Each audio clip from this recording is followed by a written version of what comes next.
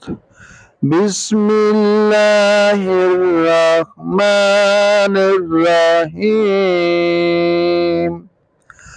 رسول خدا صلی اللہ علیہ وآلہ وسلم ارشاد فرماتے ہیں، حسن اور حسین میرے بیٹے ہیں، جس نے ان دونوں کو دوست رکھا اس نے مجھے دوست رکھا، اور جس نے مجھے دوست رکھا اس نے خدا کو دوست رکھا، اور جس نے خدا کو دوست رکھا وہ جنت میں داخل ہو گیا، اور جس نے حسن اور حسین سے بغض رکھا اس نے مجھ سے بغض رکھا، اور جس نے مجھ سے بغض رکھا تو خدا بھی اس سے بغض رکھے گا، اور خدا اس کو اس کے منہ کے بل جہنم میں ڈال دے گا.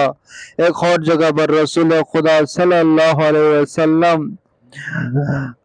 امام حسن اور حسین کو اپنے کندھوں پر اٹھائے ہوئے فرما رہے ہیں، خدایا میں بھی اس کو دوست رکھتا ہوں، میں بھی حسن اور حسین کو دوست رکھتا ہوں، لہذا تو بھی اس حسن اور حسین کو دوست رکھ.